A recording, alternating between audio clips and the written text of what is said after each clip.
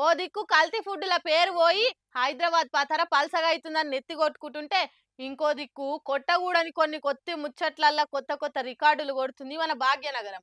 ఈసారి ఇగో ఇట్లా drunk and drive ఫైన్లల్ల కొట్టిర్రు record. ఏమనాలో ఏమో పోర్రి.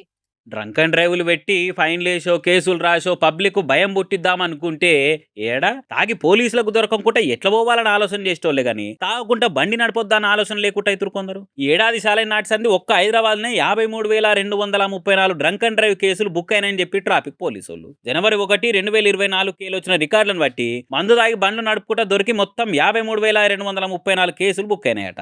అందులో 45,394 కేసులు టూ వీలర్లవైతే 5,364 కేసులు ఫోర్ వీలర్లవి, కడమ 2,407 కేసులు త్రీ వీలర్ బండ్లవట. అంతేకాకుండా పీకల దాంక దాగి బండ్లు నడిపినందుకు హైదరాబాద్ లేసిన ఫైన్లు ఎంత అని లెక్క తీస్తే 10,69,00,000 తేలిందట. పైసలు పెట్టి తాగి మళ్ళా పోలీసులకు దొరికి కట్టిన ఫైన్ల పైసలు ఇంత అన్నట్టు. ఇంట్లో బగ్గ తాగి లిమిట్ దాటిన వాళ్ళకు కొందరికి 10,000 దాకా కూడా ఫైన్లు వేస్తే ఇంకొందరిని జైలు కూడా పంపిరట. అయినా ఇంటన్నారంటారు కానీ ఎందుకు వచ్చినారా పరప చెప్పుర్రి. సరే తాగితే తాగిర్రు, ఇంత తెచ్చుకొని ఇంట్లో తాగితవా? సరే దోస్తులతో బార్లో పర్మిట్ రూమ్ లో తాగితే బండో ఆటోనో బుక్ చేసుకొని పోతావా?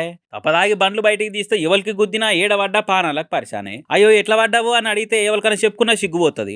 మరి తాగి పడ్డా అని చెప్పుకునే అందుకు శరం అనిపిస్తలేని తిట్టిపోస్తారు. మీదికెళ్ళి పెద్ద పెద్ద దెబ్బలు తాకితే కుటుంబాలే రోడ్డున పడతాయి. అది చాలంటే ఈ కేసులు ఫైనల్ అవసరమా చెప్పురి. ఆలోచన చేసుకోరి, ఆగంగా ఆకుర్రి.